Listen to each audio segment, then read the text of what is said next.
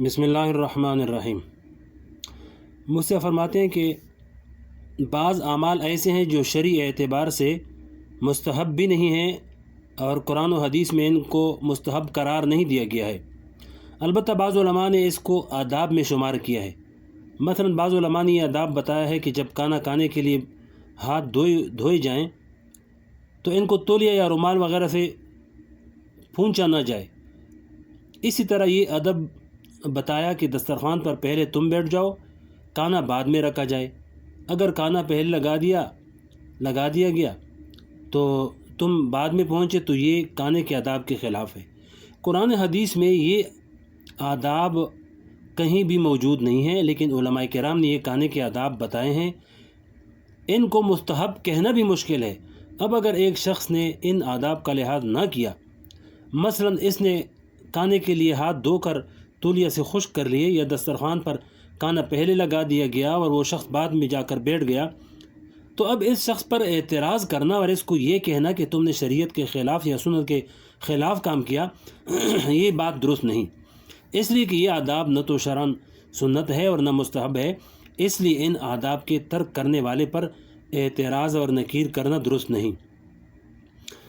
ان معاملات کے اندر ہمارے معاشرے میں بہت افراط و تفریط پائی جاتی ہے، اور بعض اوقات چھوٹی بات پر بڑی نکیر کی جاتی ہے جو کسی طرح بھی درست نہیں۔ اس طرح میز کرسی پر کھانا بھی کوئی گناہ یا ناجائز نہیں ہے، لیکن زمین پر بیٹھ کر کھانے میں سنت کی اتباع کا ثواب بھی ہے اور سنت سے زیادہ قریب بھی ہے۔ اس لیے حتی الامکان انسان کو اس بات کی کوشش کرنی چاہیے کہ وہ زمین پر بیٹھ کر کھانا کھائے، اس لیے کہ جتنا سنت سے زیادہ قریب ہوگا اتنی ہی برکت زیادہ ہوگی اور اتنا ہی ثواب زیادہ ملے گا، اتنی ہی فوائد زیادہ حاصل ہوں گے۔ بہرحال میز کرسی پر بیٹھ کر کھانا بھی جائز ہے، گناہ نہیں ہے، لہذا میز کرسی پر بیٹھ کر کھانے والے پر نکیر کرنا درست نہیں۔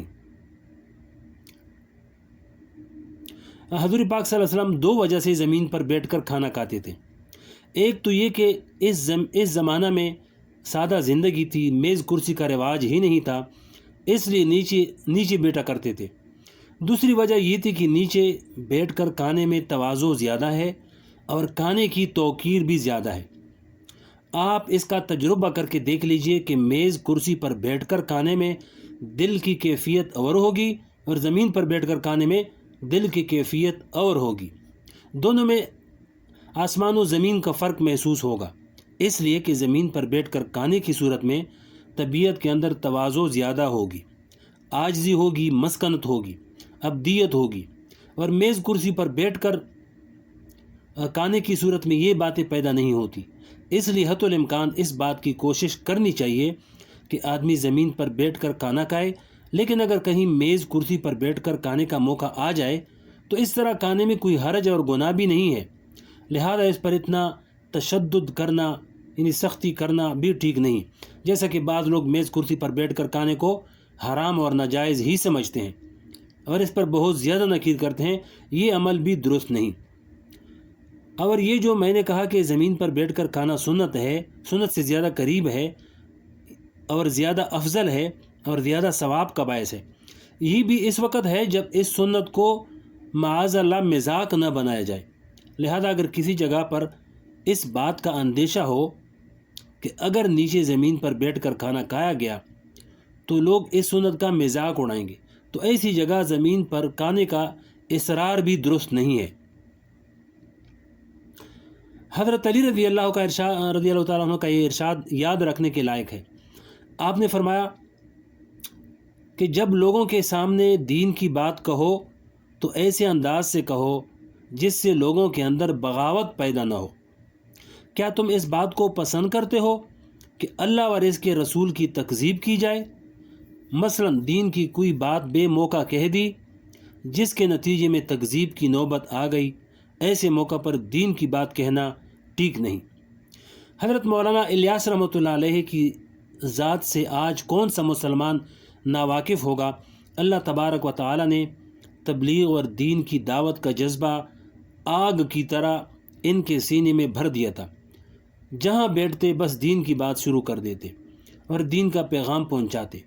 ان کا واقعہ کسی نے سنایا کہ ایک صاحب ان کی خدمت میں آیا کرتے تھے، کافی دن تک آتے رہے۔ ان صاحب کی داڑھی نہیں تھی۔ جب ان کو آتے ہوئے کافی دن ہو گئے تو حضرت مولانا الیاس رحمۃ اللہ علیہ نے سوچا کہ اب یہ مانوس ہو گئے ہیں۔ چنانچہ ایک دن حضرت نے ان سے کہہ دیا کہ بھائی صاحب، ہمارا دل چاہتا ہے کہ تم بھی اس داڑھی کی سنت پر عمل کر لو۔ وہ صاحب ان کی یہ بات سن کر کچھ شرمندہ سے ہو گئے اور دوسرے دن سے آنا چھوڑ دیا۔ جب کئی دن گزر گئے تو حضرت مولانا الیاس رحمۃ اللہ علیہ نے لوگوں سے اس کے بارے میں پوچھا تو لوگوں نے بتایا کہ انہوں نے آنا چھوڑ دیا ہے۔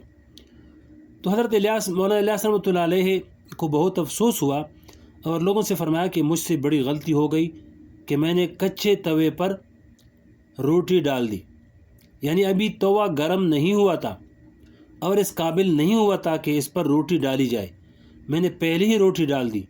اس کا نتیجہ یہ ہوا کہ ان صاحب نے آنا ہی چھوڑ دیا۔ اگر وہ آتے رہتے تو کم از کم دین کی باتیں کان میں پڑتی رہتی اور اس کا فائدہ ہوتا۔ اب ایک ظاہر بین آدمی تو یہ کہے گا کہ اگر ایک شخص غلط کام کے اندر مبتلا ہے تو اسے زبان سے کہہ دو، اس لیے کہ حضور پاک علیہ السلام کا ارشاد ہے کہ اگر ہاتھ سے برائی کو نہیں روک سکتے تو کم از کم زبان سے کہہ دو۔ لیکن آپ نے دیکھا کہ زبان سے کہنا الٹا مضر اور نقصان دہ ہو گیا، کیونکہ ابھی تک ذہن اس کے لیے سازگار اور تیار نہیں تھا۔ یہ باتیں حکمت کی ہوتی ہیں کہ کس وقت کیا بات کہنی ہے۔ اس سے اللہ پاک میں قرآن میں فرماتے ہیں ادعو الی سبیل ربک بالحکمت والموعظۃ الحسنہ، کہ اچھے طریقے سے اور حکمت کے ساتھ لوگوں کو دین کی طرف بلاؤ۔ اور کس انداز سے کہنی ہے اور کتنی بات کہنی ہے۔ دین کی بات کوئی پتھر نہیں ہے کہ اس کو اٹھا کر پھینک دیا جائے، یا ایسا فریضہ نہیں ہے کہ اس کو سر سے ٹال دیا جائے، بلکہ یہ دیکھو اس بات کے کہنے سے کیا نتیجہ برآمد ہوگا۔ اس کا نتیجہ خراب تو نہیں ہوگا۔ اگر بات کہنے سے خراب اور برا نتیجہ نکلنے کا اندیشہ ہو تو اس وقت دین کی بات کہنے سے رک جانا چاہیے، اس وقت بات نہیں کہنی چاہیے۔ یہ بات بھی استطاعت نہ ہونے میں داخل ہے۔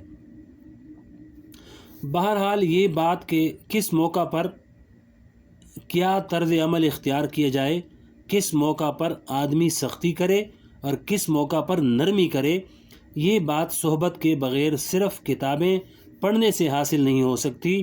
جب تک کسی اللہ والے متقی بزرگ کے ساتھ رہ کر انسان نے رگڑے نہ کھائے ہوں، لہذا دوسرا انسان جب کوئی غلطی کرے تو اس کو ضرور ٹوکنا اور بتانا تو چاہیے، لیکن اس کا لحاظ رکھنا اور جاننا ضروری ہے کہ کس موقع پر ٹوکنا فرض ہے اور کس موقع پر فرض نہیں، اور کس موقع پر کس طرح بات کرنی چاہیے۔